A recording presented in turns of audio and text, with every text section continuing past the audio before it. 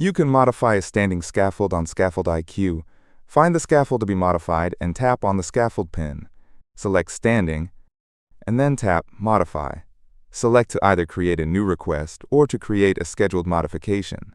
If you select to request to modify a scaffold, you will need to approve the request. We will select to create a new request. Tap the option. Tap the tick icon. This will launch the request screen with the details pulled from the scaffold. You can make changes. For example, you can specify the reason for the modification in the description field.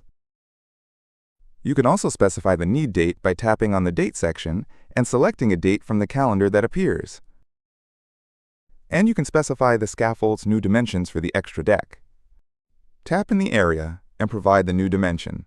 When done, tap the tick icon and the request will be created.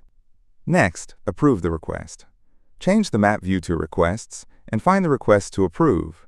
Tap on the request and complete the approval process.